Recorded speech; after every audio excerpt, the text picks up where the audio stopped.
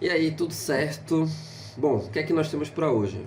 Hoje nossa aula vai ser aqui, resolver essa lista aqui de funções, tá? Mas não simplesmente resolver. Vai ser uma aula, tá? Uma aula com resolução. Por quê? Minha intenção não é só encontrar a alternativa correta, tá?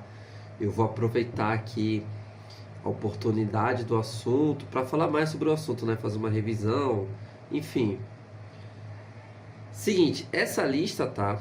Ela tá disponível no meu canal do Telegram. Então, se você não participa, entra lá que além dessa lista tem muito mais coisa para você estudar, tá certo? Lá de graça. Então, bom, vamos lá. Hoje aqui com as questões da EA, da SpaceX e do ITA, vamos falar sobre funções, tá certo? E como eu falei, não vai ser simplesmente uma resolução direta, tá? Eu vou comentar aqui sobre o assunto. Beleza? Vamos lá. Seja f a função de a em r definida por f de x igual a módulo de x menos 2. Se a função, nessa função, no caso, é uma função injetora, então um possível conjunto A é qual? Bom, vamos lá. Função injetora. O que seria uma função injetora? Vamos relembrar aqui. Uma função injetora ela é aquele tipo de função de 1 para 1. Para cada elemento do domínio, eu vou ter uma imagem diferente, tá certo? Eu não posso ter imagem repetida. Matematicamente, seria assim. Vou dar definição matemática aqui, tá? Mas eu vou explicar. Deixa eu ficar aqui. Olha só. Uma função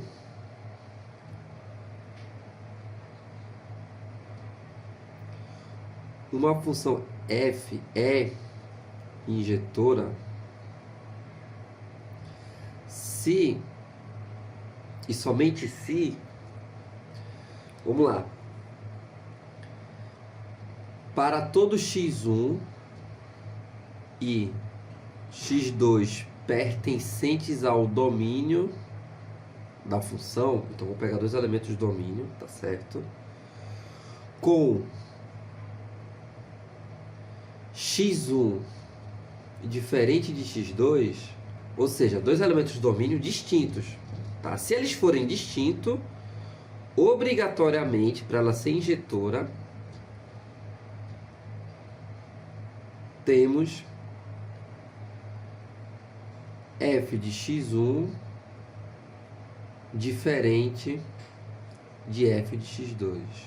Basicamente, estou dizendo, se eu pegar dois elementos distintos do domínio, eles têm que dar imagens obrigatoriamente diferentes, tá? Não pode dar imagens iguais.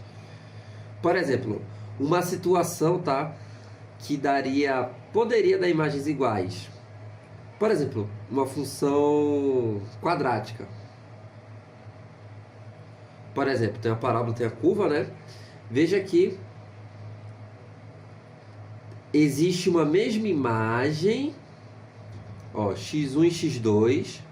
Então perceba que nesse caso aqui, f de x1 é igual a f de x2, mesmo sendo x1 diferente de x2. Então logo ela não é injetora. Basicamente uma relação de 1 para 1, tá certo? Aqui está sendo de 2 para 1, né? Dois elementos do domínio com um elemento na imagem. Beleza, agora vamos para a questão aí da EA. F de x igual a módulo de x menos 2. Eu vou mostrar, eu vou falar aqui também que não é a lei não é a função que determina se ela vai ser injetora ou não. É o domínio, tá? Como é que seria o gráfico? Vamos fazer o gráfico dessa função real, tá certo? Vamos assumir que o domínio é o conjunto dos reais.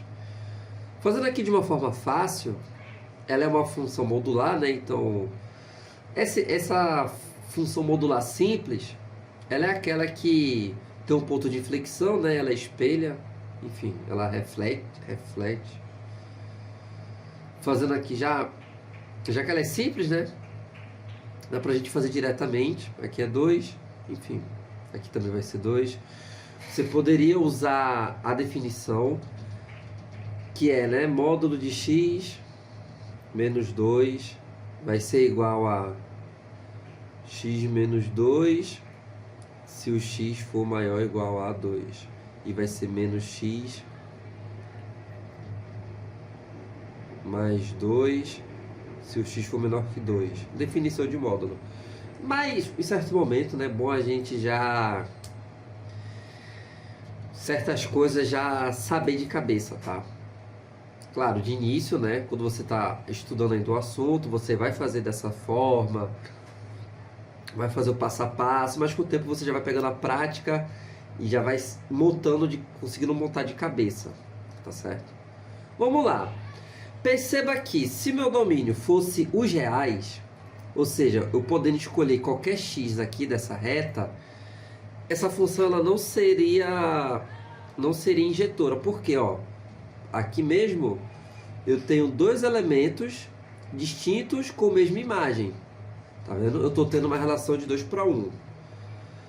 Então eu tenho que configurar o domínio para que ela seja injetora. E como é que eu faço isso? Olha, eu tenho duas opções para ela ser injetora. Eu vou pegar a parte que não se repete, ou seja, aqui ó.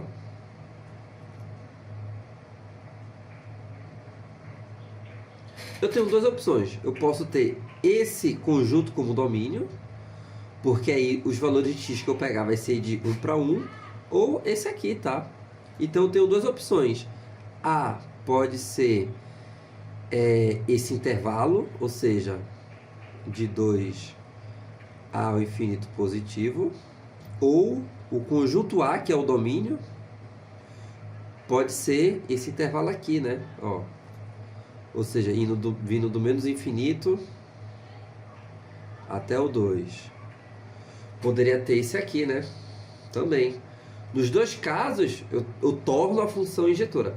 Perceba que não depende da lei da função, como eu falei. A gente pode configurar o domínio de tal forma que a função fique, sim, injetora, tá certo? Que é o que se pede aqui. Então, analisando as opções, ó, aqui, ó, para x maior ou igual a 2. Tá?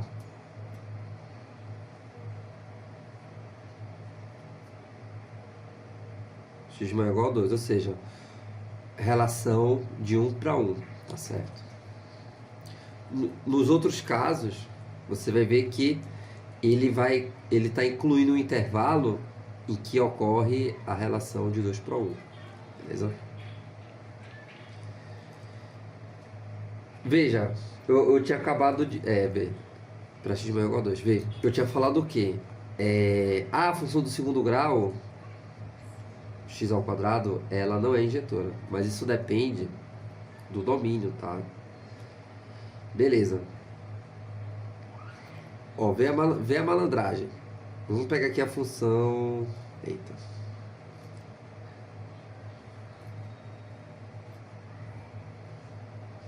É uma parábola. X ao quadrado. Olha só. Se f for... Aliás, vamos chamar de g, tá?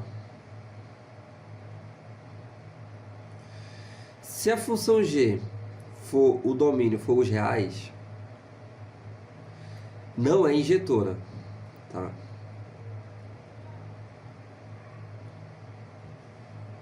Beleza, ela não é injetora porque, né, tá ocorrendo aquilo. 2 para 1. Mas se eu ajustar g para que seja o domínio, por exemplo, 0, aqui, ó.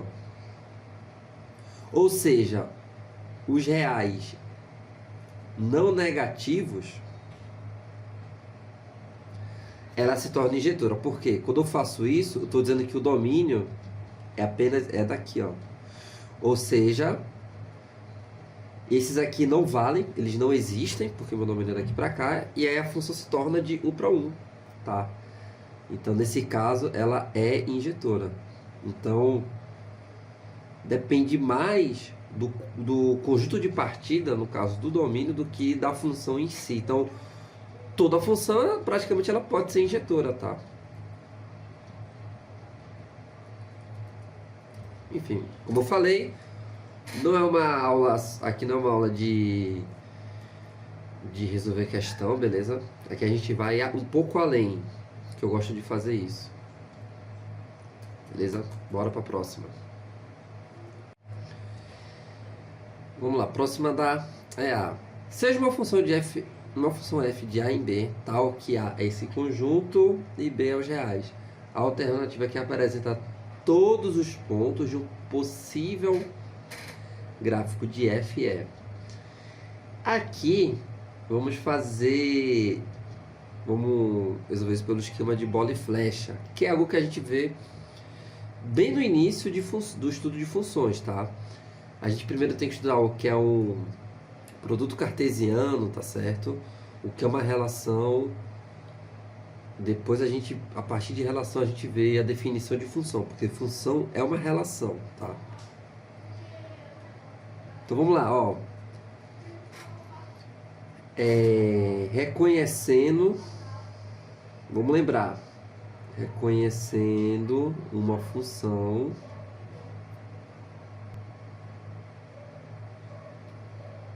através do esquema de bola e flecha.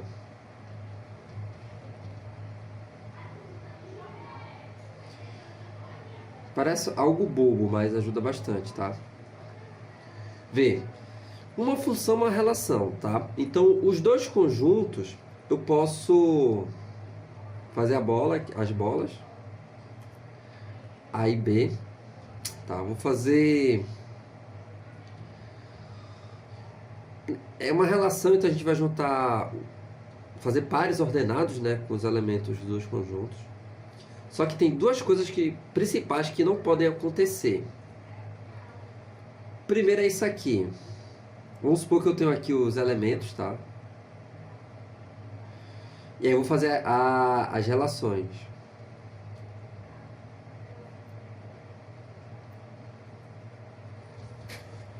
O porquê isso não é uma função? Só tem um motivo. Que é isso aqui, ó. Sobrou.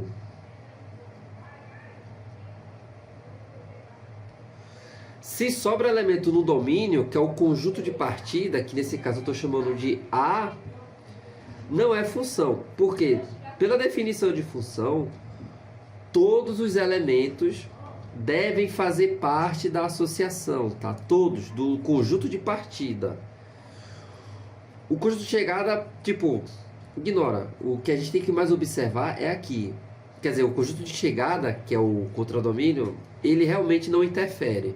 O que interfere é o conjunto de partida, que é o domínio. Todos os elementos devem fazer parte de uma relação, tá? Ou seja, de um par ordenado. Nesse caso aqui, sobrou, então não pode fazer. Essa condição aqui de duas setas partindo para o mesmo elemento não implica, tá? Isso pode acontecer. Tá sobrando elemento aqui no contradomínio? Pode acontecer, isso não interfere. Vamos fazer aqui mais, mostrar aqui outra condição importante.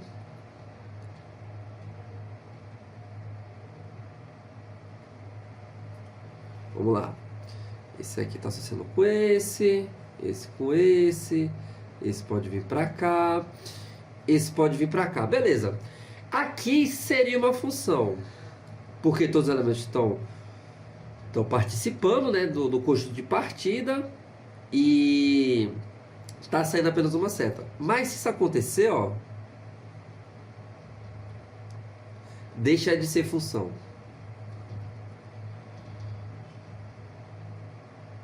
Duas relações, ó. Tá vendo? Quando eu tenho um elemento do domínio fazendo com 2, tá? Ou mais, não é função, tá? Então são essas dois principais casos que a gente tem que prestar atenção. Mas tudo isso cai na definição de função. Por isso é importante, tá? Quando você estiver estudando esse assunto, estudar relações. E a partir de relações, você vê a definição tudo, né? Que é um subconjunto de um produto cartesiano, enfim. Aí a partir daí você entende o que é uma função na sua raiz da coisa. Tá? E você vai ver que isso não pode acontecer. Tudo é consequência da definição, tá? Isso aqui. Bom, vamos lá. Então vamos prestar atenção nessas duas coisas. Letra A. Perceba que na letra A tá acontecendo isso aqui, ó. Um elemento do domínio, do conjunto de partida, tá fazendo várias relações, tá? Ou seja, tá acontecendo isso aqui, ó. O zero aqui tá partindo seta para vários elementos, beleza? E logo ele, o A, que é o conjunto de partida, isso não pode acontecer, tá? Ele tá caindo aqui nessa regra. O zero tá fazendo par ordenado com mais de um. Isso não pode. Então não é a letra A. Bom, 0, 0, 1, 0, 2, 3, 4. Beleza, aqui nesse caso o zero está se repetindo, mas isso pode acontecer, tá certo? Porque esse zero agora, ele está no contradomínio. Ou seja, está acontecendo isso aqui. Todos os elementos estão partindo para um só. Mas isso pode acontecer, tá certo? Isso pode acontecer, não tem problema nenhum, né? Vários elementos do contradomínio estão indo para um só. Isso pode acontecer. Mas aqui não tem todos, tá? 0, 1, 2, 3, 4. Aliás, tem todos, né? Vamos guardar aqui. 0, 0, 1, menos 1, 2, menos 2, 3, menos 3. Beleza. Os elementos do domínio não se repetem, tá? Lembrando que esse primeiro elemento, né, do par ordenado é elemento do domínio, não se repete. Mas não tem todos, porque, por exemplo, está faltando o 4 aqui. Cadê o par ordenado do 4? Que seria 4 menos 4, talvez. Aqui, 0, 1, 2, 3, 4, 5. Pronto. Aqui é o seguinte. Cadê o 5? Ele não faz parte do conjunto de partida. Nos pares ordenados, eu tenho que usar os elementos do meu conjunto de partida, que nesse caso é o A. Todos, inclusive. Aqui, por exemplo, no 3 e também o 5 não faz parte, então não é. Não seria F, tá? Então nesse caso é a letra B. Ok? Lembrando, isso aqui é algo que você tem que estudar no início mesmo de funções. Eu sei que muita gente acha que funções começam em função do primeiro grau, mas não, começa antes. Começa aqui, ó, em relações. Aliás, conjuntos, produto cartesiano, relações, funções. Tá? Bora para a próxima. Bora lá agora para as PSECs. Sabendo que C e D são números reais, o maior valor de D, tal que a função de R em R, definida por essa função aí, seja injetora. Então, olha aí, mais uma de injetora. Tá, uma coisa que eu não comentei é... Quer saber? Vamos montar o gráfico, aí eu falo o que eu não comentei na primeira questão lá da EA. Vamos tentar fazer um esboço aqui da função. Olha só, eu tenho duas funções, né? No caso, uma parabólica e outra seria do primeiro grau, né? Decrescente, uma função afim decrescente. Olha só, essa primeira função Ó, x ao quadrado menos 4x mais 3 igual a 0. Assim, eu sei que você já deve resolver uma equação do segundo grau. Então, como eu já fiz antes, eu já vou colocar aqui as raízes, tá? X1 igual a 3, 1, ou x2 igual a 3, tá? As duas raízes é 1 e 3, beleza? Ok, resolver a equação segural não é tão interessante quanto o que a gente vai fazer aqui. Então é 1 e 3. Então, o esboço dessa função seria assim, ó.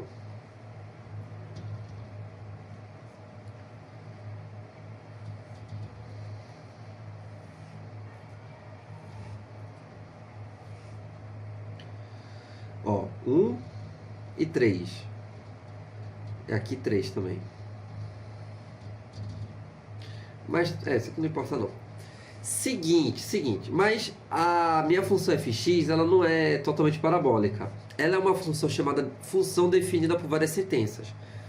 Ela é dividida em dois domínios, cada domínio é uma função. Então, por exemplo, ó, isso aqui, a função é parabólica para x menor que d. Então, existe um d aqui, em que a parábola existe, e para depois de d é a função afim. Tá, o que é que eu não falei? O que é que eu ia falar? Uma forma de a gente reconhecer uma função, se ela é injetora ou não através do gráfico, é se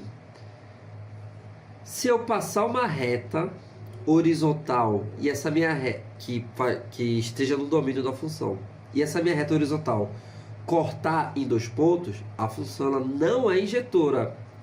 Ora, a explicação é fácil, a explicação está lá na primeira questão que eu resolvi dar errado. Está na definição. Por quê?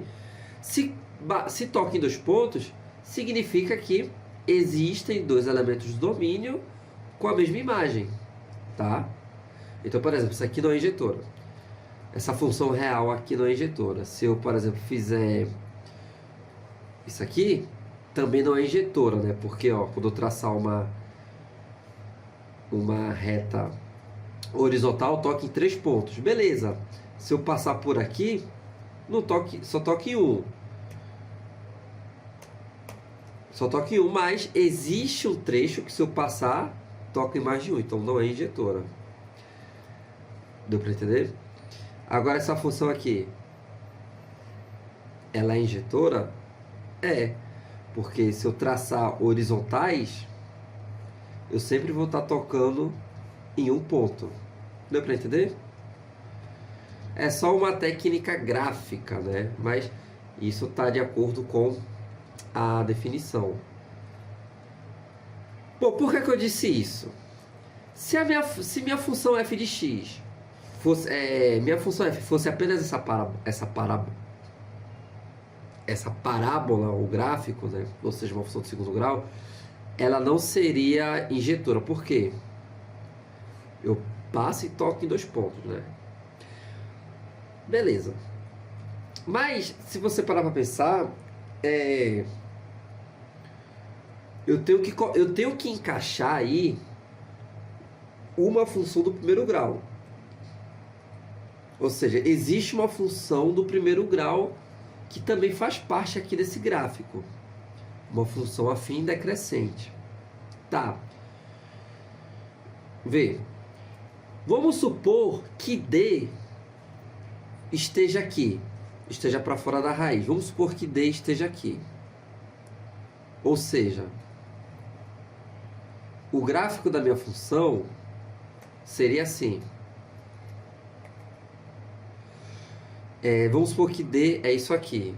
Esteja, né, à direita da raiz.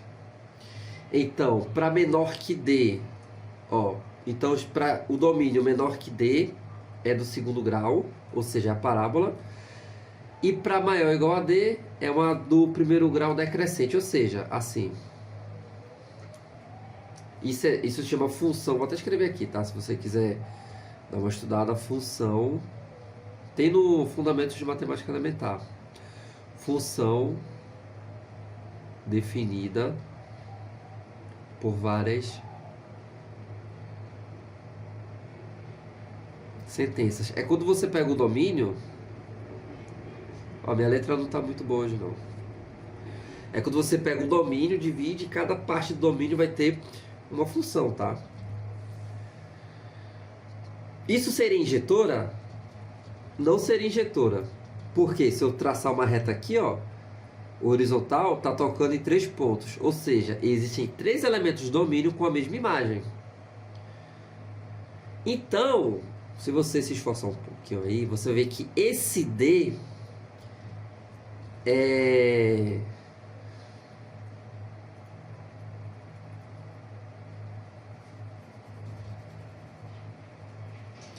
Esse D, na realidade, ele tem que estar aqui exatamente no vértice da parábola. Porque a parábola, né, ela desce, depois faz uma curva. Então, se eu pegar o ponto em que ela ainda não fez essa inversão, né? Então, o D está justamente aqui. Por quê? Ó, se o D estivesse aqui, ainda assim, quando eu passasse uma reta horizontal, eu ainda conseguiria tocar em mais de um ponto. Mas se D estiver bem aqui, no vértice, e esse valor é fácil de descobrir, eu vou ter uma função injetora. Então, é uma questão, né, que realmente a gente fica bem mais fácil resolver por gráfico, tá?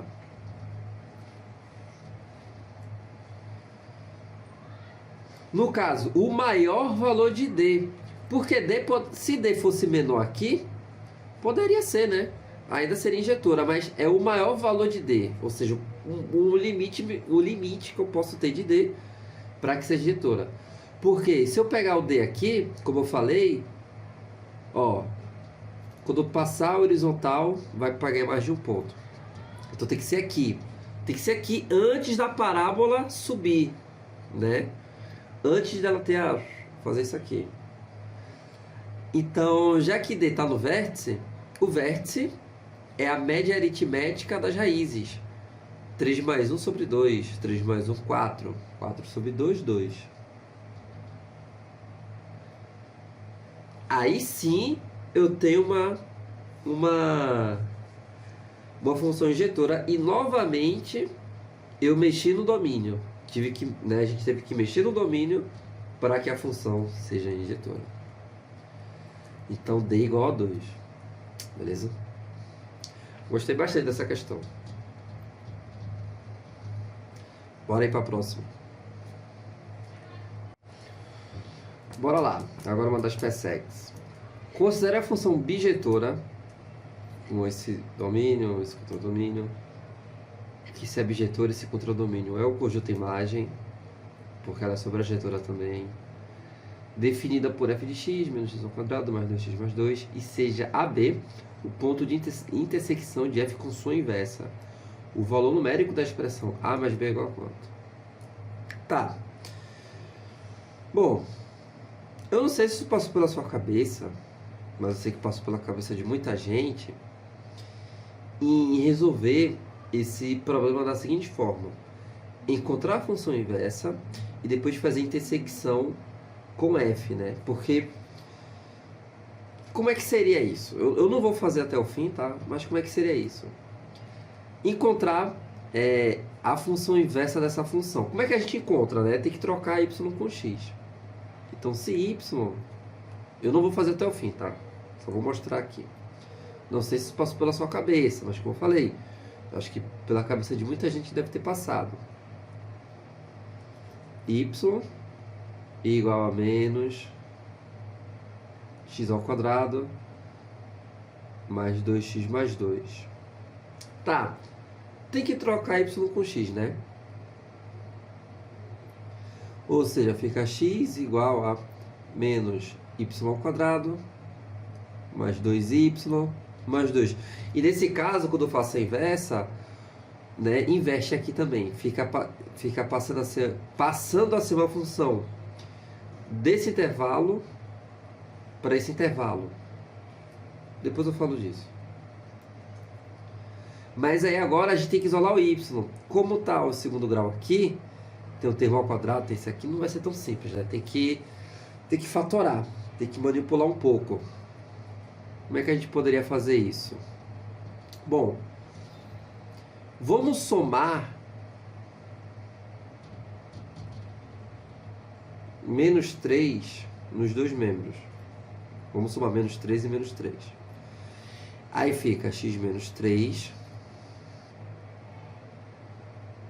igual a menos y ao quadrado mais 2y menos 1. Por que eu fiz isso? Porque eu posso agora fazer isso aqui, ó. Se eu colocar o negativo em evidência, eu tenho y menos 2y mais 1. Entendeu? Aí isso é um quadrado perfeito, né?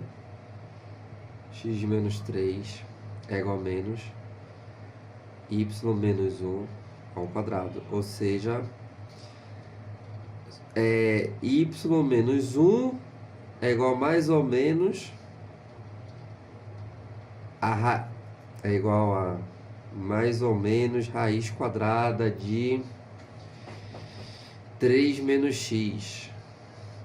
Passa, né? Então fica aqui a função inversa de x é 1 mais ou menos. Nesse caso, como o conjunto imagem é de 1 a mais infinito, ou seja, é crescente, fica 1 mais, tá? Raiz de 3 menos x. Raiz quadrada de 3 menos x. Aí eu pegaria isso aqui, farei interseção com isso aqui, de algum jeito, substituindo, comparação. Você já deve ter imaginado que vai dar um certo trabalho. Só até aqui o que eu fiz deu bastante trabalho, né? Tá. Qual seria a forma mais preguiçosa, né, de fazer isso? Uma forma, eu não diria uma forma mais inteligente, uma forma mais confortável. Não quero dizer que quem pensou nisso é burro, né? Não é isso que eu estou dizendo. Até porque tem que ter um certo conhecimento de matemática para poder fatorar. Não é isso, é uma forma mais confortável. Não que eu esteja chamando alguém de burro, tá? Tô brincando. Vê, tem duas propriedades importantes de função inversa. Função inversa não é só trocar y com x e encontrar a expressão. Tem que saber isso aqui. Vê só. Primeiro de tudo, primeira propriedade. Se o par ordenado AB é de uma função, o que seria a sua inversa? A sua inversa é trocar domínio com imagem, né? Então, se AB é da sua função, BA vai ser o par ordenado da sua função inversa. Guarda isso. Outra coisa, os gráficos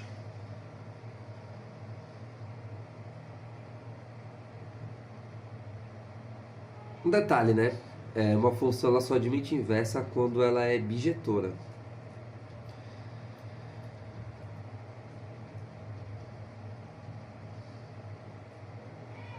Os gráficos de f e f inversa são simétricos. Isso aqui me ajudou até a resolver uma questão do IME do ano passado. Depois eu trago ela. Então, os gráficos de f e f inversa são simétricos a reta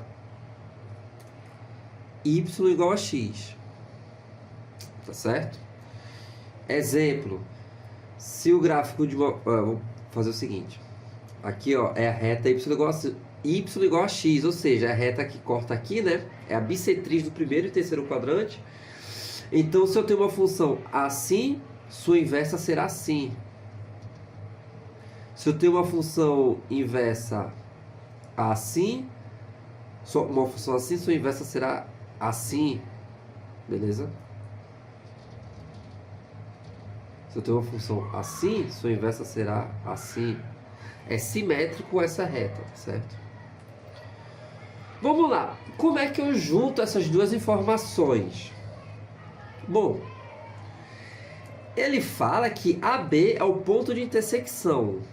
Ou seja, essas duas funções se encontram em algum lugar. Vamos supor que a curva seja essa. Não que seja. Vamos supor que seja. Ou seja, elas vão ter um ponto em comum. Esse ponto em comum vai estar sobre a reta y igual a x, tá? Ou seja, A e B são iguais, tá certo? Por quê? Porque a reta y igual a x faz 45 graus, né? Com eixo, ou seja, essa medida é igual a essa. Então, AB tem o mesmo valor, tá certo? Vamos lá.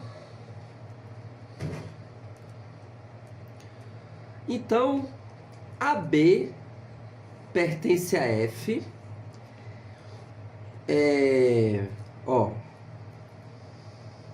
Como o par ordenado AB é o ponto de intersecção, ele pertence à função F e AB pertence à função inversa, né? Porque o ponto de intersecção significa que o par ordenado AB é igual ao par ordenado BA, ou seja, A igual a B. Beleza? Se A igual a B, significa que A, já que A igual a B, pertence a F. Ou seja, F de A é igual a A.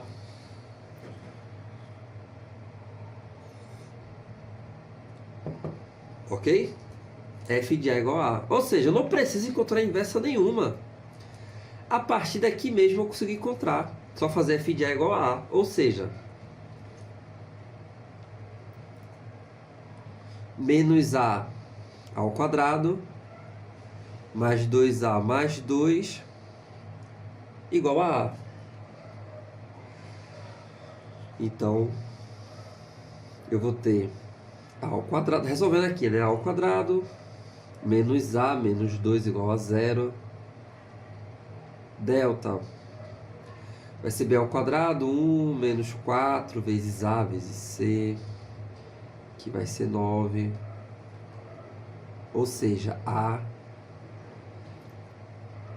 é igual a menos B mais ou menos 3 sobre 2A. 2. Nesse caso, A pode ser igual a 1. Aliás, A igual a 2, que é 4 sobre 2. Ou A igual a menos 1. E aí, qual dos dois valores? Ó, só pode ter um, tá certo? Bom, acontece que A, nesse caso, é o valor do x do domínio, tá? Ou da imagem, tanto faz. E se a gente olhar aqui, o domínio, por exemplo, ele é para maior que 1. Então, eu não posso ter x menos 1. Eu posso ter x igual a 2. Tá? Então, esse aqui não faz parte. Beleza? Como é igual a B, então A mais B, 2 mais 2, igual a 4. Tá? Então, duas propriedades importantes, tá? Referentes à função inversa, Isso aqui ajuda muito.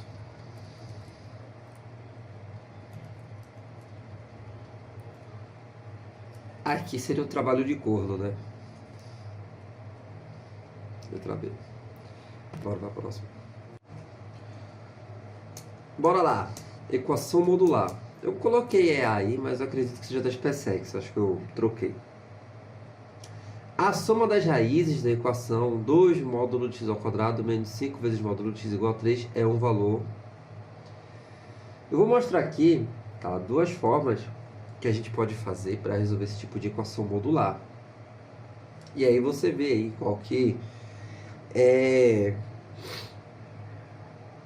a menos trabalhosa, né? É a menos torturante. Tá, primeira forma seria... Vou escrever aqui, ó. Primeira forma.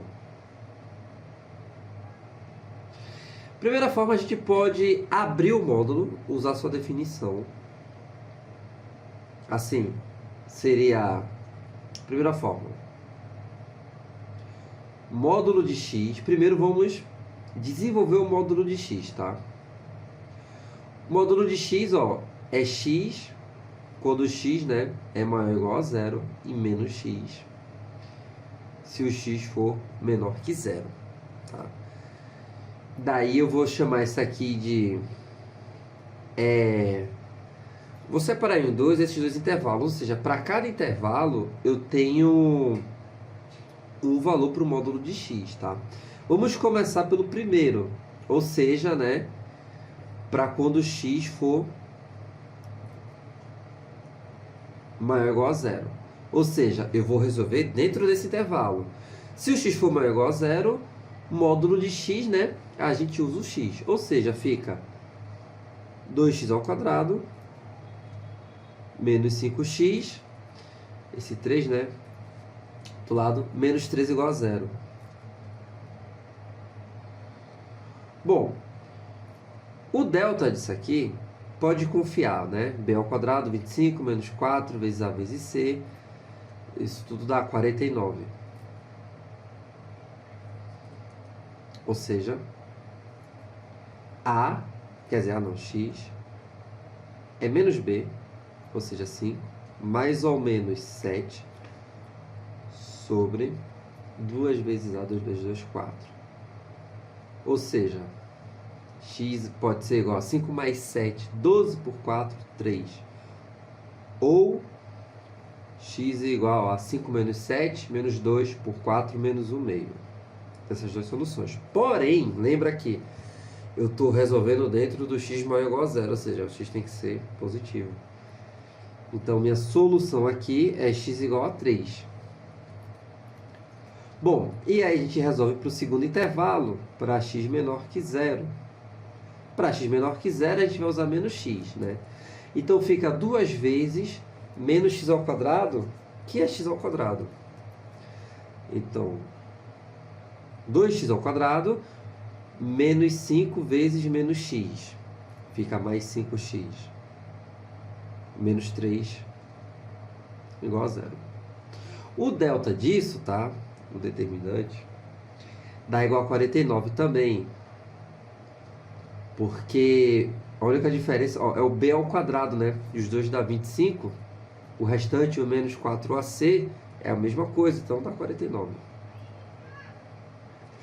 Então, x é igual a menos b, menos 5, mais ou menos 7, sobre 4. Aí, novamente, vamos ter mais duas soluções. X igual a menos 5 mais 7, ou 7 menos 5, é 2 por 4, 1 meio. Ou x igual a menos 5 menos 7 menos 12. Menos 12 por 4 menos 3. Porém, eu estou resolvendo no intervalo onde o x é menor que zero. Então, esse x ele não, praticamente ele não existe. Então,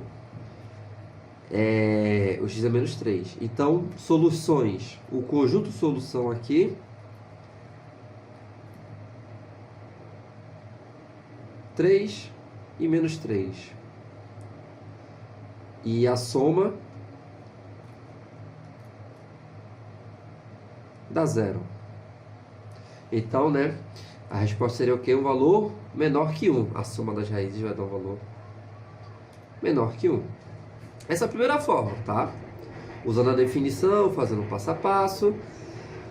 Mas aqui a gente pode fazer de outra forma, que é o seguinte.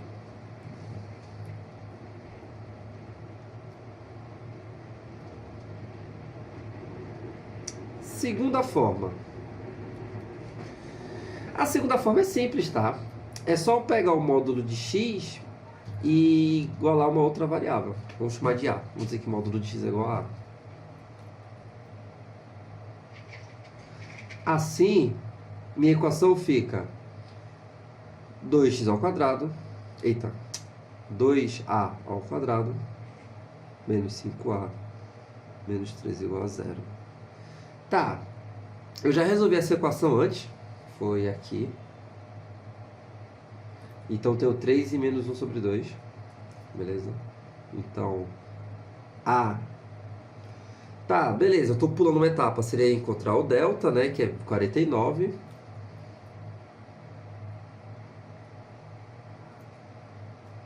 Então, a, né, seria menos b, 5 mais ou menos 7 sobre 2a, que é 4. Então, tenho a igual a 3 ou a igual a menos 1 meio. Acontece que a é módulo de x, tá? E módulo de x é maior ou igual a 0. É um valor absoluto. Então, isso aqui não teria como. Então, só tenho que a pode ser igual a 3. Mas quem é a? A é módulo de x, ou seja, módulo de x, retrocando, né, desfazendo. Módulo de x igual a 3. E essa equação modular a gente já sabe, né? X é igual a mais ou menos 3. E a soma de 3 com menos 3 dá 0. Enfim, essa seria uma segunda forma que a gente pode fazer. Beleza?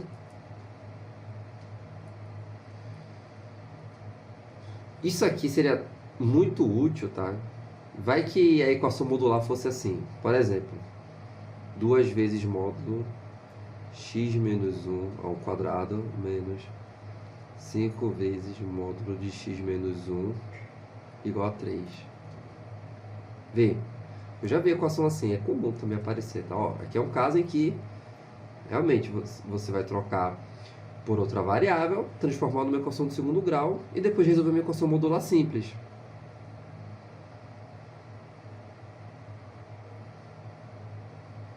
Né? Enfim, tá aí duas formas para resolver esse tipo de equação modular, que é praticamente igual a esse. Resposta então aí, ó, letra D.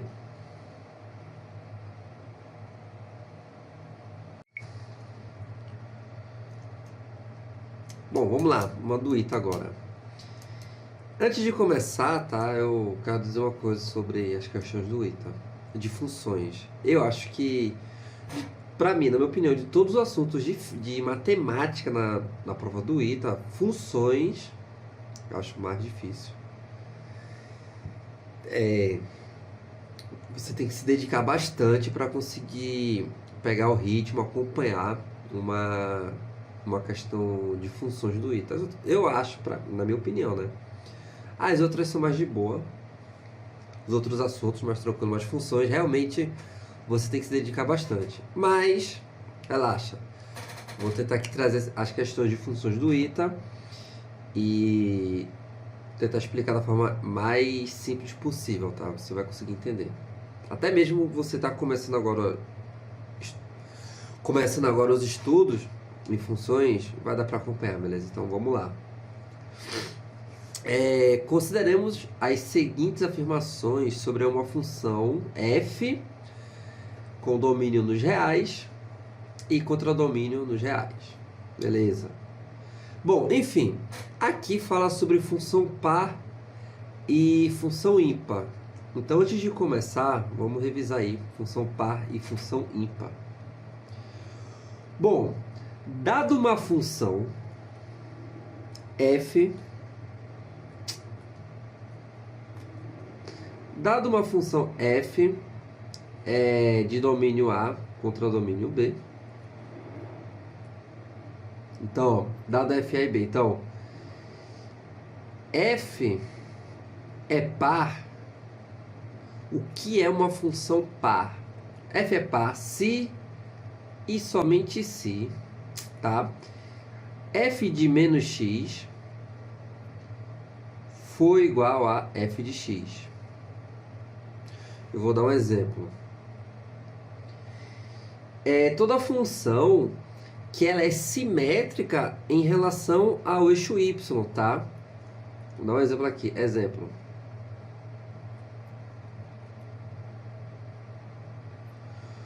Tipo, a função quadrática, x ao quadrado, por exemplo, ela é uma função par, tá?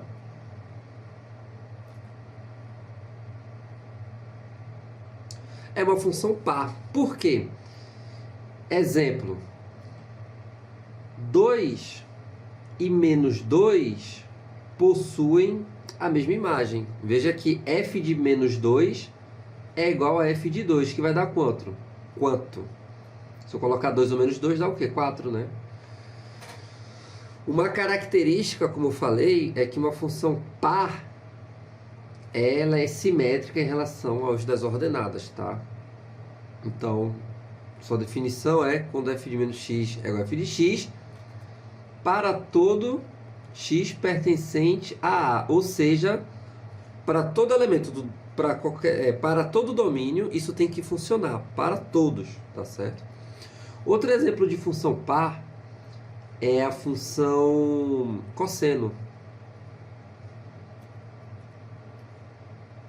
Por quê? A função cosseno, ela é assim, né? O esboço. Enfim. Veja aqui, um lado é simétrico ao outro, né? É como se fosse um espelho. Então veja que esse f desse menos x é igual a esse f desse x. Isso vale para qualquer x, tá? Se você verificar. Cosseno x. Bom, agora a função ímpar. F, uma função f de A em B, tá? Dado uma função f de A em B, então f é ímpar. Isso aqui é até uma forma da gente verificar se a função é a paridade da função, tá? Se você tiver a expressão da função, você pode substituir f de menos x. Se der igual a f de x, ela é par. Como, por exemplo, eu sei que, por exemplo, aqui eu poderia verificar pelo gráfico, mas se eu quisesse resolver analiticamente, né, veja aqui, f de menos x seria o quê? Menos x ao quadrado. Então, uma das formas é a gente substituir o menos x e ver no que é que dá. Então, veja que f de menos x fica menos x ao quadrado. E menos x ao quadrado é o quê? X ao quadrado. E x ao quadrado é f de x, entendeu? Portanto, ó, f de menos x é igual a f de x. Em futuras questões, em próximas aulas, eu vou trazer questões do ITA que a gente faz isso, tá? Que a gente pratica isso, beleza? Bom, vamos agora para ímpar. F é ímpar se e somente se, né? F de menos x, a gente começa assim, f de menos x é menos f de x. É o inverso simétrico, tá? Por exemplo, dá dois exemplos aqui de função ímpar. A função x ao cubo, por exemplo.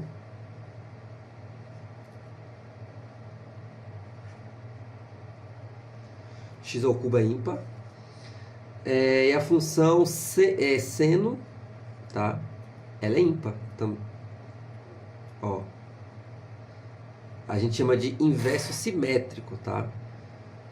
Veja que, por exemplo, aqui vai dar uma imagem E o menos x, né, vai dar o mesmo valor, só que negativo.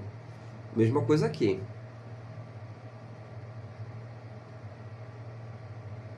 Vai dar o mesmo valor, só que negativo. Tá certo? Então, isso é uma função ímpar. Ah, sim. Também para todo x do domínio, tá? Vamos para a questão, então. Primeiro, se... Eu vou fazer aqui do lado. Ó, se existe x nos reais, ou seja, no domínio, tal que f de x é diferente de f de menos x, então f não é par. Bom, f seria par, né, se f de menos x fosse igual a f de x, para todo x pertencente ao domínio, que nesse caso os reais. Para todo. Isso aqui também é um jogo de interpretação, né, de texto. Ó, um jogo de palavras. Veja só, tem que ser para todo.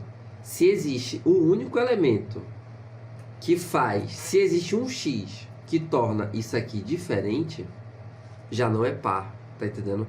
Tem que ser para todos os elementos do domínio. Se tem um no domínio que torna diferente, f de menos x diferente de f de x, não é par, né? Então, matematicamente, se existe um x pertencente aos reais, tal que f de menos x é igual a f de x, então é diferente no caso, f não é par. Assim, né? Eu escrevi de uma forma matemática aqui, mas claro, não precisa disso.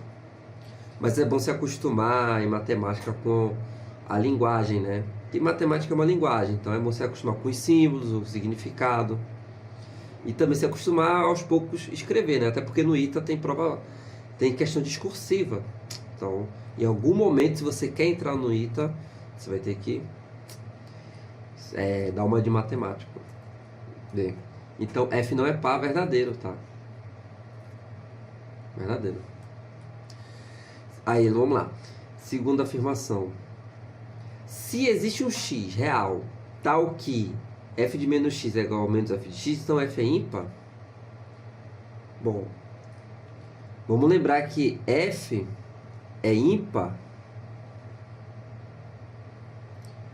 se f de menos x for menos f de x, beleza.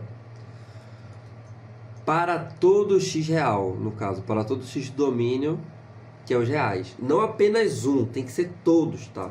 Como eu falei, também um jogo de interpretação aqui. Ele está falando que existe. Tá, pode existir um, mas se para os outros não funciona, não é ímpar, né? Porque tem que ser todos. Nesse caso ele só está falando que existe um, ou sei lá. Então não, isso aqui é falso. Se f é par e ímpar, então existe x real, tal que f de x igual a 1. Então, vamos ver. Ele está dizendo que f é os dois, par e ímpar. Se é par, então f de menos x é igual a f de x. E se é ímpar,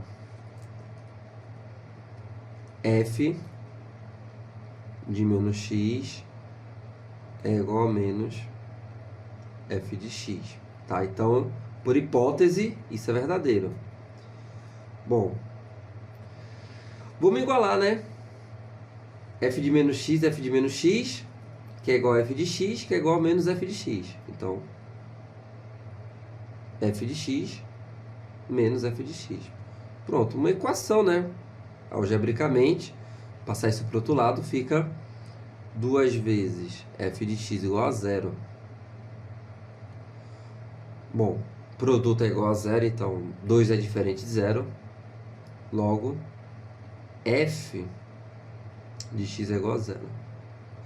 Então, a função constante igual a 0, ela é par, é a única que é par e ímpar, né, ao mesmo tempo. Então, falso. Se f é ímpar, então f composta f também é ímpar. Vamos ver. Bom, f composta f de x, vamos escrever assim, é f de f de x, tá? Mas eu vou fazer para menos x e vou desenvolver. Ou seja, isso aqui é f de menos x, né? Lembrando, ó, que f composta f de x é uma notação para isso aqui. F é uma função dentro da outra, né? No caso, f dentro de f mesmo. Aí nesse caso eu já troquei, né, o x por menos x. Mas como f é ímpar, então, ó, aplicar a definição de função ímpar aqui, aí fica f de menos f de x. Perceba que isso aqui é minha incógnita, minha variável, que tem um negativo, né? A gente sabe que como é uma função ímpar, esse negativo pode vir para fora. Menos f de x, que é igual a menos f composta f de x. Basicamente, eu mostrei que f composta f de menos x f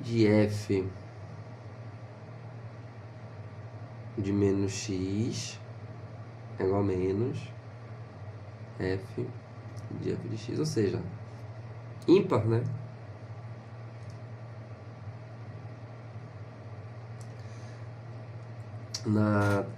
Tá na definição de ímpar, ou seja, verdadeira. Então, podemos afirmar que estão corretas as afirmações de números 1 e 4. Letra A. Show? Então, aqui é uma boa pra gente, ó, conhecer, apresentar o que é uma função par, uma função ímpar, tá? O Ita gosta muito disso aqui. Eu tenho que saber, tá?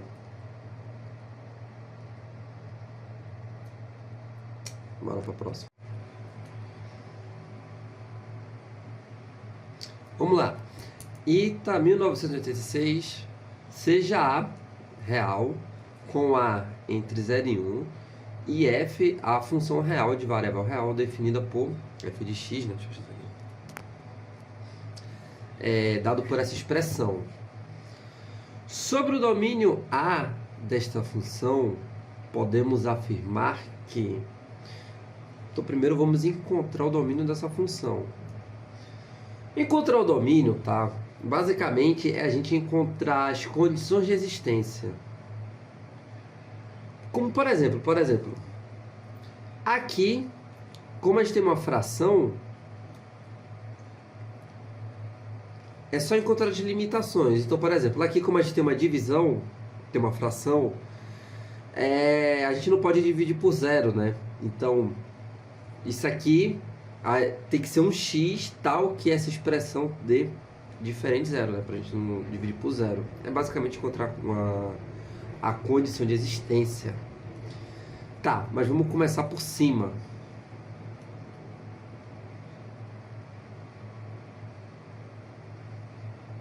Começar aqui. Bom, vamos começar por cima, tá? Isso aqui, né, é uma expressão que está elevada ao meio, que basicamente é uma raiz quadrada. Vamos lá. Então, A, vamos desenvolver. A elevado a x ao quadrado menos A ao quadrado elevado ao meio. Isso é uma raiz quadrada, né? A raiz quadrada de A elevado a x ao quadrado menos A ao quadrado. Bom, numa raiz quadrada, o que está dentro da raiz tem que ser maior ou igual a zero, né? Não existe raiz de número negativo, raiz quadrada real de número negativo. Então, primeira condição de existência é que a elevado a x ao quadrado menos a ao quadrado seja maior ou igual a zero, tá? Pode dar zero, porque a raiz de zero é zero, e tem que ser positivo. Bom, então a elevado a x ao quadrado tem que ser maior ou igual a ao quadrado. Chegamos numa inequação exponencial. A base é a mesma, beleza? Então vamos ter que fazer a relação das potências. Mas veja, como a está entre 0 e 1, essa função exponencial, a x, ela é decrescente, tá? Ou seja, quanto maior o valor do expoente, menor o resultado, tá? Porque está entre 0 e 1, tipo 1 sobre 2, né? Quanto maior o valor de x, né, menor isso aqui.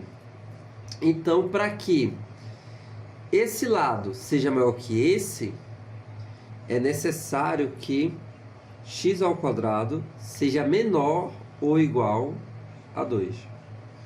Então, numa inequação exponencial, de base igual, tá? Quando a base tiver entre 0 e 1, a relação entre os expoentes é inversa, tá?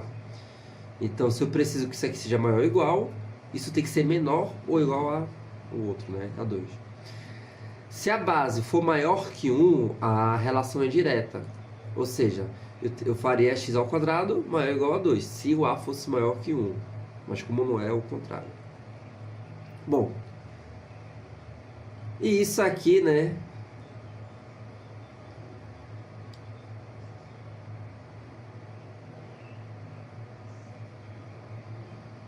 Vai ficar entre raiz de 2 menos raiz de 2. Você pode analisar isso pelo gráfico, ou pode fazer assim, ó. Se eu tirar a raiz dos dois membros, já que x ao quadrado é maior ou igual a zero, né? Então eu posso tirar a raiz quadrada tranquilamente aqui, nos dois lados da desigualdade, fica então módulo de x menor ou igual a raiz de 2. Que por definição, isso fica entre menos raiz de 2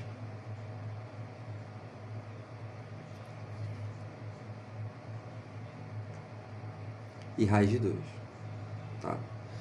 Lembrando, né, que raiz quadrada de x ao quadrado não é x, né? Isso é básico. Isso é módulo de x, porque o x ele pode ser negativo. Enfim, primeira solução, né? Portanto, primeira solução é S1,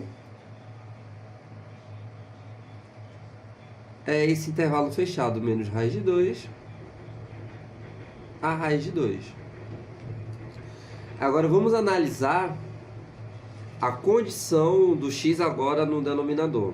Como eu tinha falado, isso aqui tem que ser diferente de zero. Então, cosseno 2π vezes x, né? Mais 4... Eu tinha deixado anotado aqui. 4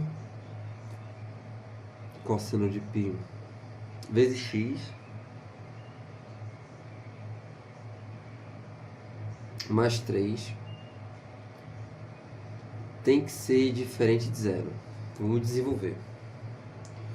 Bom, isso é cosseno de 2 vezes π vezes x, tá, né?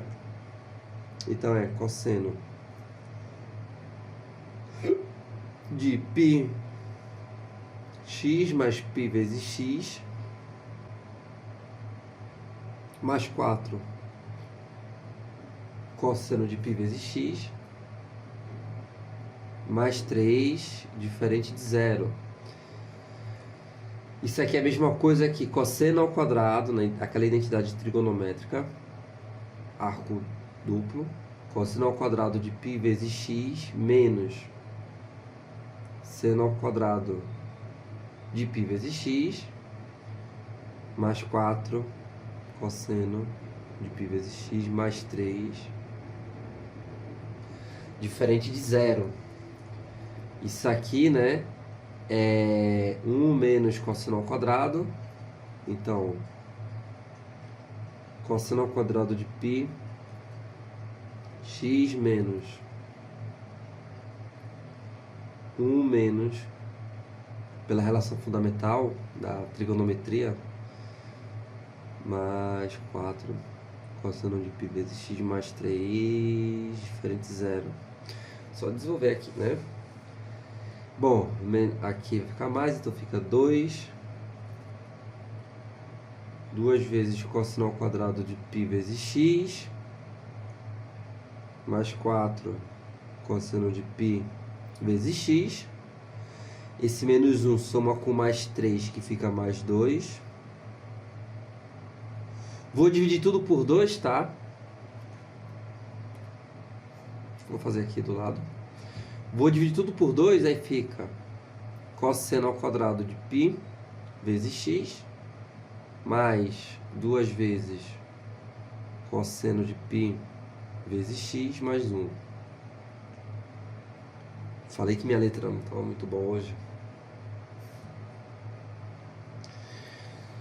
Bom, poderia resolver por uma equação de segundo grau, né? Mas dá para fatorar. Esse é um quadrado perfeito. Isso é cosseno de π vezes x mais 1 ao quadrado. Diferente de 0. Bom, para que isso seja diferente de 0, basta que isso seja diferente de 0. Ou seja, isso aqui tem que ser diferente de menos 1. Então, cosseno de π vezes x tem que ser diferente de menos 1, tá? Porque daí dá diferente de 0.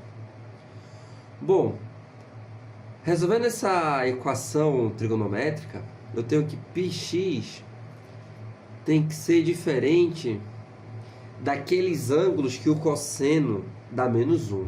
O cosseno dá menos 1 para π, 3π, 5π, né? Para os ângulos que estão aqui. π, aí 3π, 5π, tá? Ou voltando, né? π, menos 3π. Ou seja, tem que ser diferente de um múltiplo ímpar. Vou escrever assim, 2k mais 1 de π, né? Com k inteiro. Tem que ser diferente de um múltiplo inteiro de π. Daí a gente corta. Então, eu tenho que... a segunda solução é... x tem que ser diferente de 2k mais 1. Ou seja, x não pode ser um número ímpar, tá? Com k inteiro. Então, o x ele não pode ser um número ímpar. Tipo, 1, 3, menos 1. Até é negativo também, né? Enfim. Então, eu tenho as duas soluções. Como o x, que eu substituí na função, ele vai ser em cima e embaixo, vou ter que tirar uma interseção, né?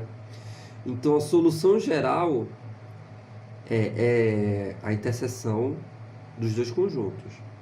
Eu vou fazer através de um intervalo. Veja, eu tenho que o x ele tem que estar ao mesmo tempo entre menos raiz de 2 e raiz de 2, e não pode ser i, né, ó, i, já é o conectivo da interseção, não pode ser um número ímpar. Então vamos lá. Eu tenho aqui, né, esse intervalo, e dentro desse intervalo eu tenho que tirar os números ímpares, que nesse caso só tenho menos 1, o 0 não é par nem ímpar, e o 1, tá? Ou seja, a solução geral eu posso escrever assim, ó. É o intervalo fechado menos raiz de 2. Raiz de 2. Retirando, né, menos os elementos menos 1 e 1, tá? Bom, analisando as alternativas,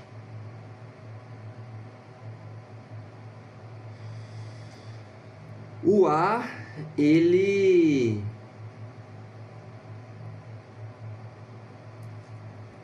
não é a letra C,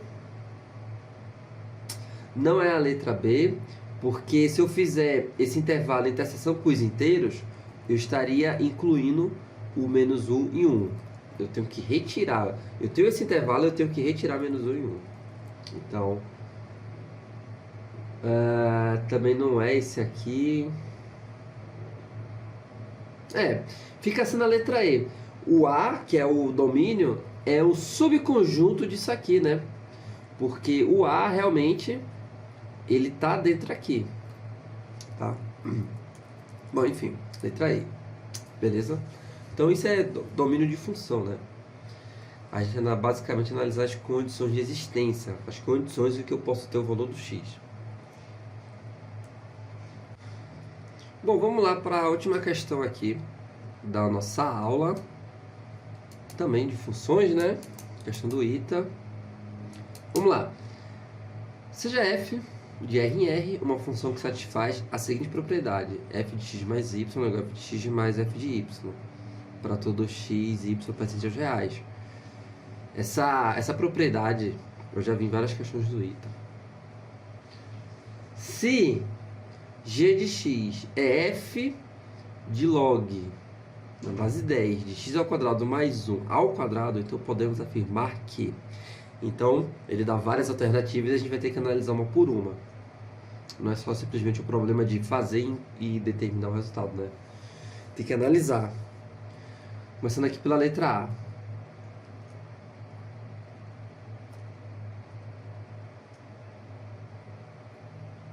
Bom, para resolver isso aqui, o domínio de E é real e g de 0 é igual a f de 1. Vamos desenvolver. E desenvolver usando as propriedades de log e em algum momento utilizar isso aqui, tá? Ele não a questão ITA aí não deu isso aí, essa informação de graça, tá? Vamos lá. G de x é igual a f de log. Eu vou omitir o 10, tá? X ao quadrado mais 1 ao quadrado. Beleza? Aí, ó, aquela propriedade do log, né? Em que log de AB elevado a C fica C vezes, né? Log de B na base A. Então, passa multiplicando. F duas vezes log x ao quadrado mais 1. Bom,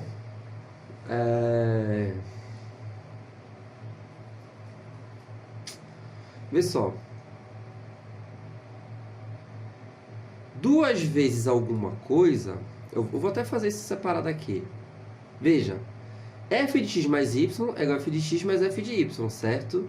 E se isso para todo x, y real? Então eu posso fazer assim, ó. Isso me permite... E se eu fizer y igual a x? Tipo, f de x mais x. Nada me impede de eu fazer isso com dois números iguais.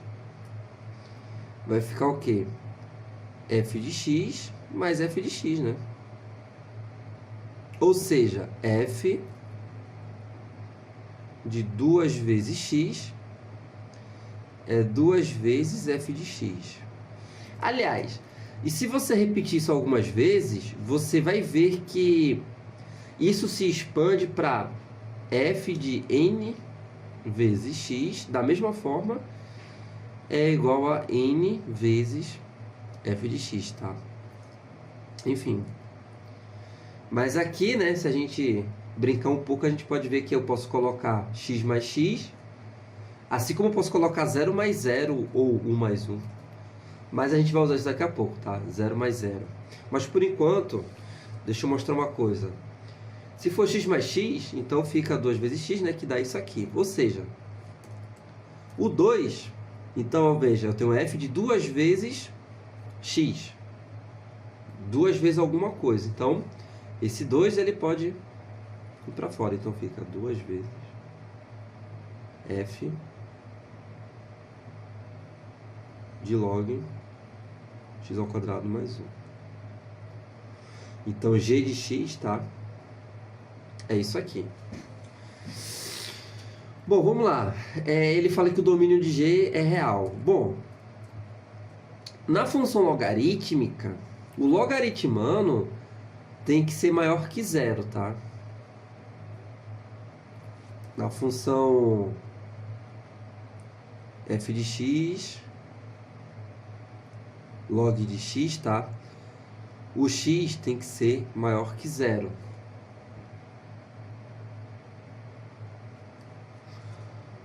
Perceba, tem que ser apenas maior que 0. Não pode ser maior ou igual. É maior que 0. É a condição de existência da função logarítmica. Perceba que isso aqui, x ao quadrado mais 1, ó, x ao quadrado mais 1 é maior que 0 para todo x real, tá? Isso a gente pode ver até fazendo esboço do gráfico. X ao quadrado mais 1. O gráfico seria assim, não tem raiz, tá? A função ela é sempre positiva para qualquer valor de x. Ou seja, x ao quadrado mais 1 é maior que 0 para todo x real. Significa que realmente o domínio da função g é os reais. Ou seja, eu posso colocar qualquer x real aqui. Verdade, tá? Isso aqui é verdade. Aí ele fala, e g de 0 é igual a f de 1. Vamos lá. Vamos fazer g de 0. G de 0 vai ficar 2 vezes f de log. Bom, 0 mais 1, 1. Então, log de 1 é 0, 2 vezes f de 0.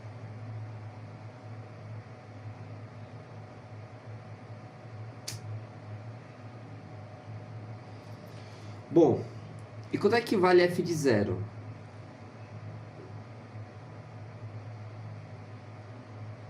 Ah, não, vê, eu poderia... Calma. Eu poderia usar... Ó, g de x é igual a isso aqui, ó, tá vendo? Eu posso pegar uma expressão equivalente anterior, que é isso aqui. Então, eu tenho g de 0 vai ficar... Eu poderia continuar daquela forma, mas eu vou guardar para o próximo item. Fica 2 vezes log de 1, né? Se eu colocar o 0 aqui. Ou seja, f... Isso vai dar 0, né? Então, f 2 vezes 0. Logo, g de 0... é igual a f de 0 e não f de 1. Então, beleza. A primeira parte é verdadeira, mas essa segunda parte é falsa. Bom, g não está definida para os reais negativos. Falso. Eu acabei de mostrar que g, o domínio de g é real, né? Então, positivo ou negativo. Então, b já não vale. G de 0 é igual a 0... e g de x é 2 vezes f de log, blá blá blá, para os outros reais. Essa parte é verdadeira, né? A gente acabou de mostrar isso. Que g de x é 2 vezes, ó, log, f de log de x ao quadrado mais 1 na base 10. Aqui. Agora, g de 0 é igual a 0. Vamos ver. Bom, eu sei que g de 0 é igual a f de 0. Mas quem é f de 0? Bom, f satisfaz essa propriedade. Vamos usá-la novamente. Veja, se eu fizer x igual a 0, eu vou ter f de 2 vezes 0, 2 vezes f de 0. Ou seja, f de 0 é 2 vezes f de 0. Se eu passar, né, somando, eu vou ter que f de 0 é igual a 0. Ou seja, g de 0 é igual a f de 0, que é igual a 0. Tá? Então, g de 0 é 0. Isso é verdadeiro também. Então, a resposta aqui é a letra C. Tá? Bom, como eu falei, a gente não, aqui nessa aula, a gente não é só resolver as questões. Vamos ir além. Então, vamos analisar também as outras alternativas, tá? G de 0 é igual a f de 0, ok. A gente já viu isso aqui na letra A. E G é injetora. Será?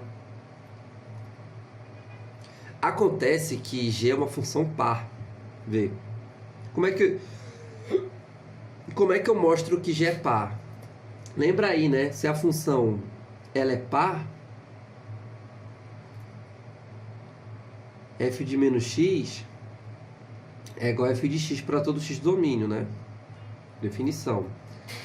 O que é que eu faço? G de menos x vai ser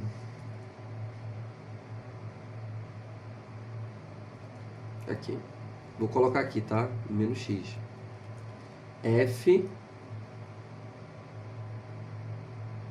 de log aí menos x ao quadrado mais 1. Só que menos x ao quadrado é x ao quadrado, então f de log x ao quadrado mais 1. E isso é g de x, tá?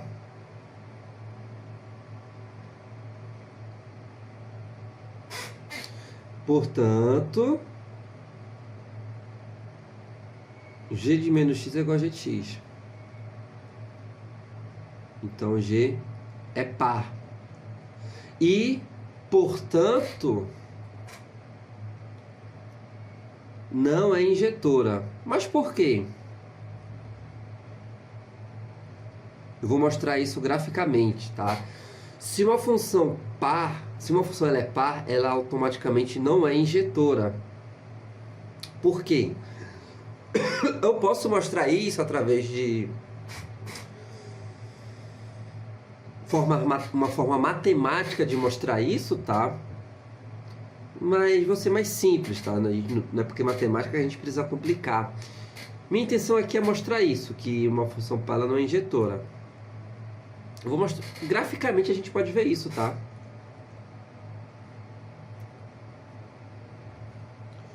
Uma função par, ela é o quê? Como eu falei numa questão anterior. Se ela é par, ela é simétrica em relação ao eixo das ordenadas.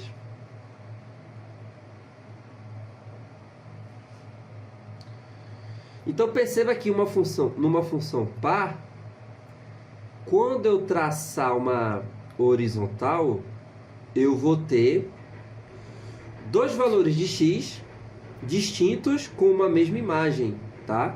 Uma relação de 2 para 1. Não é injetora, tá certo? Então, como G e não é injetora, né? Então, ó, toda função par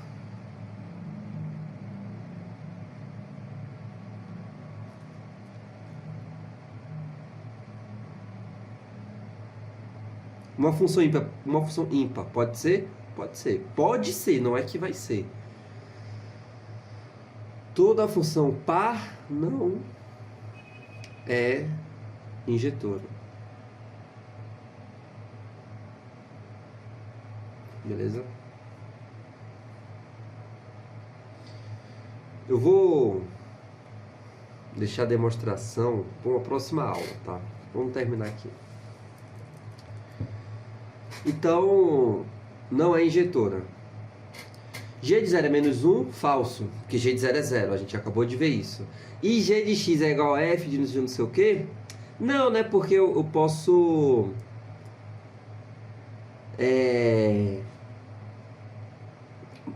manipular isso aqui de tal forma que dê falso. Quer saber? Fica como exercício aí, tá? Passa esse menos 1 multiplicando, tá? Enfim. Vamos fechar aqui com essa informação importante, né? Toda função par não é injetora. Graficamente a gente pode visualizar isso, ó. Que uma função par ela é simétrica, ou seja, existem dois pontos com a mesma imagem. E uma função injetora é o quê? De 1 para 1. Isso não pode acontecer, como a gente já viu lá no início. Beleza? Enfim, espero que tenha gostado aí da aula, tá? Eu vou trazer mais, tá? Minha intenção aqui é trazer mais aulas desse tipo. Não só de matemática, como de física também, variando os assuntos. Então, hoje foi funções. Próxima pode ser números complexos, matriz determinante, assuntos massa aí que eu gosto. E física, capacitores, eletromagnetismo, trazer umas questões que não seja só questão difícil, tá? Mas que questão que tenha algo além, tá? Que dê para explorar, ou que tenha uma sacada boa, ou que tenha mais de uma forma de resolver, que dê pra gente estender o assunto, explicar, revisar, tá certo? Também a intenção é trazer esse tipo de problema. Claro, também trazer umas questões que forçam, né, a gente a pensar. E eu vou fazer o seguinte, eu sempre vou disponibilizar a lista com antecedência para que você tente fazer. A graça da aula é você tentar fazer antes, tá? E depois vir aqui conferir a forma que eu resolvi, tirar alguma dúvida, tá certo? A graça é essa. Mas se não deu para fazer, pelo menos acompanha aqui, beleza? Enfim, é isso aí, valeu, até a próxima.